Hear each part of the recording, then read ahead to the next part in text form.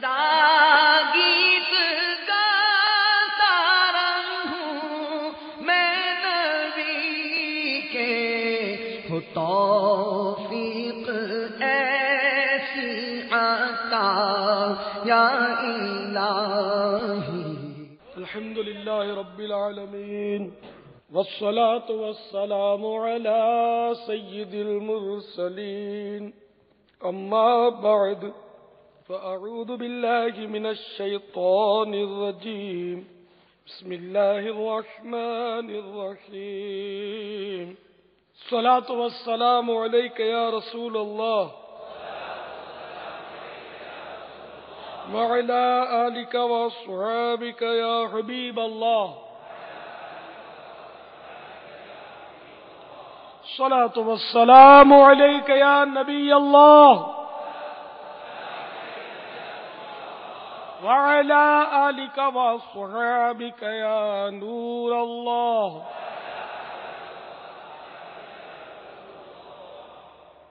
میٹھے میٹھے اسلامی بھائیوں اور مدنی چینل کے ناظرین، آج 1432 سنہ ہجری کے محرم الحرام کی 5ویں شب ہے۔ چاند رات سے عالمی مدنی مرکز فیضان مدینہ میں مدنی مذاکرے کا سلسلہ ہے۔ آئیے ثواب کے اضافے کے لیے اچھی اچھی نیتیں کیے لیتے ہیں۔ نیت المؤمن خیر من عملہ، یعنی مسلمان کی نیت اس کے عمل سے بہتر ہے۔ ایک حدیث پاک میں نیت بندے کو جنت میں داخل کر دیتی ہے، لہذا نگاہ نیکی کی توجہ کے ساتھ حسب حال اچھی اچھی نیتیں کیجیے۔ اول تاخیر مدنی مذاکرے میں شریک رہوں گا۔ جب اذکر اللہ، صلو علی الحبیب، توبوا الی اللہ وغیرہ کہا جائے، یا کوئی بھی اسلامی بھائی یہ کہے، تو ثواب کمانے اور صدا لگانے والے کی دلجوئی کے لیے نمایاں آواز سے جواب دوں گا۔ ضرورتاً سمٹ سرک کر دوسرے کے لیے جگہ کشادہ کروں گا۔ دھکا وغیرہ لگا تو صبر کروں گا۔ گورنے جھڑکنے الجھنے جھگڑنے سے بچوں گا۔ خاص خاص باتیں لکھ لوں گا حسب موقع عز و جل، وصلی اللہ تعالی علیہ وآلہ وسلم، رضی اللہ تعالی عنہ اور رحمت اللہ تعالی علیہ پڑھوں گا۔ صلو علی الحبیب صلی اللہ تعالی علی محمد۔ ریکارڈڈ سوال ہے بابا۔ میں نوشاد احمد طارق ہو رہا بمبئی سے۔ میرا سوال ہے کہ حضرت صاحب کا غصہ آتا ہے تو کیسے اپنا کنٹرول کرتے ہیں، کیونکہ میں ان کا نقل ادا کرتا ہوں، کیونکہ مجھے اتنا ہی غصہ آتا ہے کہ مجھے برداشت ہوتا نہیں جلدی۔ بس یہی تو میرا سوال ہے۔ السلام علیکم۔ مجھے غصہ آتا تو میں کنٹرول کیسے کرتا ہوں؟ اب یہ کہ اپنا اپنا ظرف ہوتا ہے، اب پھر یہ کہ عمر کے ساتھ ساتھ تجربہ بڑھتا ہے۔ بعض اوقات یہ کہ جوانی میں آدمی بہت جذباتی ہوتا ہے، اس کو بہت غصہ آتا ہوتا ہے، پھر غصے کی وجہ سے وہ نقصانات دیکھ دیکھ کر وہ جب بڑا یعنی کہ عمر بڑھ جاتی ہے تو اس کا غصہ کچھ کم ہو جاتا ہے، اور اکثر یہ ہوتا ہے کہ بڑھاپے میں غصہ اور بڑھ جاتا ہے۔ مشاہدات اس کے کہ بوڑھے کو جلدی غصہ آ جاتا ہے۔ تو اس کی مطلب یہ کہ غصہ جب آئے نا آدمی کو تو اللہ تبارک و تعالیٰ کے غضب کو یاد کرے۔ جب کسی پر غصہ نافذ کرنا چاہے گا، میں اس کو چھوڑوں گا نہیں، سے میری سب کے سامنے انسلٹ کر دی، دیکھتا ہوں میں۔ تو اب یہ کہ اپنی نافرمانیوں کو یاد کرے کہ یار میں بھی تو اللہ کی نافرمانیاں کرتا ہوں۔ اگر اللہ تعالیٰ نے مجھ پر غضب فرمایا،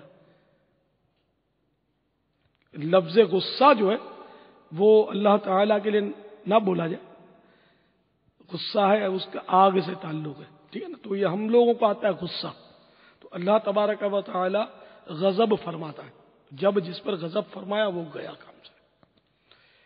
تو اپنے نافرمان یا اپنی انسلٹ کرنے والے یا اپنے مزاج کے خلاف کرنے والے پر جب غصہ نافذ کرنے کو جی چاہے کہ میں اس کو ماروں جھاڑوں، اس وقت اللہ تبارک و تعالیٰ کے غضب کو یاد کر لے کہ جو اپنی نافرمانیاں تو سب کو یاد آئی جاتی ہیں کچھ نہ کچھ، کہ میں نے یہ گناہ کیا وہ گناہ کیا۔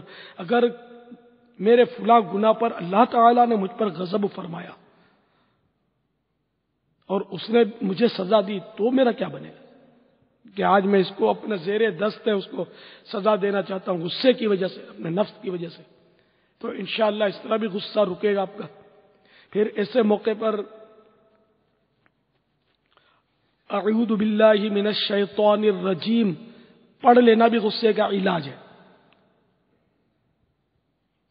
کھڑا ہے تو بیٹھ جائے، بیٹھا ہے تو لیٹ جائے، زمین سے چپٹ جائے، یہ بھی غصے کے علاج ہے۔ وضو کر لے کہ غصہ آ گیا تو پانی سے بجھتا ہے، آگ پانی سے بجھتی ہے، وضو سے انشاءاللہ غصہ فرب ہو جائے گا۔ جہاں غصہ جس پر آ رہا ہے وہاں سے ہٹ جائے، غصہ آ گیا تو بس چپ ہو جائے۔ چپ ہونا بھی ایک طرح کا علاج ہے کہ بولے گا تو اب یہ کہ وہ اٹھ پٹانگ بولے گا نا، اب جو بولے گا تو اس کی شخصیت کے چیتھڑے اڑ جائیں گے۔ بعض اوقات غصے میں آ کر بڑی شخصیات بھی جب بولتی ہے نا، ان کا امپریشن زندگی بھر کے لیے خراب پڑ جاتا ہے بعض لوگوں پر۔ وہ ایسی حماقت والی باتیں غصے میں کر رہے ہوتے ہیں، ان کو نہیں پتا ہوتا کہ میں کیا بول رہا ہوں۔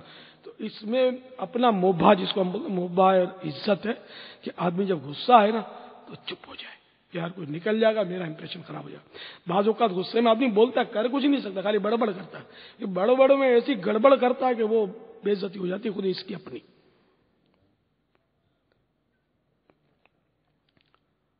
تو غصے کو پی جائے کہ حدیث پاک میں کہ اس سے بہتر کوئی گھونٹ نہیں جیسا گھونٹ غصے کا، جو غصے کا گھونٹ پی جائے۔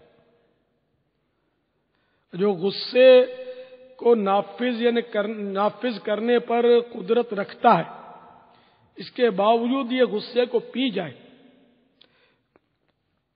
تو اللہ تعالیٰ اس کو قیامت کے روز اختیار دے گا کہ جس حور کو چاہے وہ حاصل کر لے۔ اس طرح کے فضائل جو ہے غصہ پینے پر ہیں، ایک سے ایک فضائل ہیں۔ غصہ نافذ کرنے پر، یعنی کہ وہ جو غصہ ایسا نافذ کیا جو گناہ کے بعد، یعنی کہ جس کا گناہ کے بعد ہی غصہ ٹھنڈا ہوتا ہو، تو اس کے لیے جہنم کا ایک مخصوص دروازہ ہے کہ ایسا وہ غصے والا اس سے جہنم میں جائے گا۔ جیسے کہ وہ سریوں کے پیچھے، جیل کے سریوں کے پیچھے ہوتے ہیں نا، اس میں ایک تعداد ہوتی ہے خر دماغوں کی اور غسیلوں کی ہوتی ہے۔